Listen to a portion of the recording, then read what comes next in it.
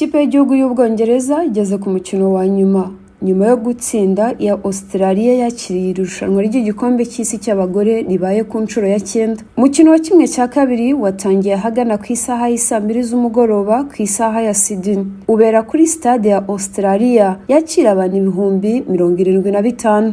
Nk'uko bisanzwe abafana ba Australia bari babukereye baje gushyigikira ikipe yabo ndetse ari nako bayitiza umurindi. Gusa hagana ku minota 36 umwongerezakazi Ella Toone yafunguye amazamu bishyira Australia ku gitutu cyo kwishyura igitego. Iminota 45 y'igice cya mbere yarangiye Ubwongereza buri imbere n'igitego kimwe ku busa bwa Australia yari iwayo. Igice cya kabiri Australia yatangiye isatira cyane ndetse kapiteni wayo Sam Kerr ukinira ikipe ya Chelsea mu Bwongereza aza kwishyura icyo gitego ku ishoti riremereye yateye, maze umunyezamu Mary Eppers ntiyamenya aho umupira unyuze. Abongereza bari bafite umuhate wo ku rwego rwo hejuru, bahise batsinda igitego cya kabiri cyatsinzwe na Lauren Hemper. Iki cyari igitego cya gatatu atsinze kuva irushanwa ryatangira. Australia yakomeje gushaka uko yakwishyura igitego yewe ikaba yabona intsinzi, ariko biranga ibi by'ubusa ndetse irushaho kujya mu kaga ubwo Ella Russo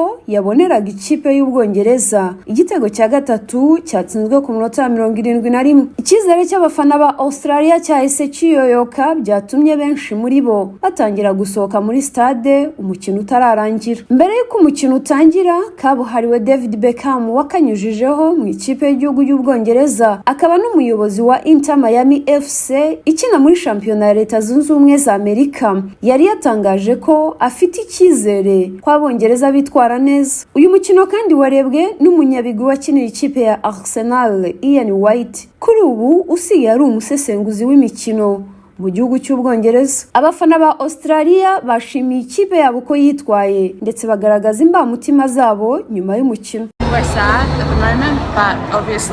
Aka kanya turababaye ariko kandi turanishimye. Aya ni amateka akomeye ku gihugu kandi akozwe bwa mbere. Turishimye, turanababaye. Uburyo ari indwanyi ndetse n'uburyo igihugu cyaberetse ko kibashyigikiye bizabatera umurava wo gukina umupira no gukangurira abanya-Australia kurushaho gushora imari bahereye mu bakiri bato kugira ngo bigirire akamaro buri wese.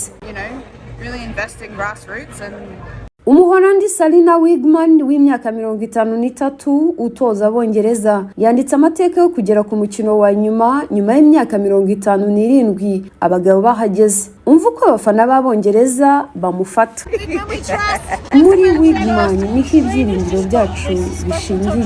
Umutoza mwiza iteka ryose. Ni amateka akomeye ku bakobwa, ni ijoro rikomeye kuri twe kuko azi kubyaza umusaruro abakinnyi.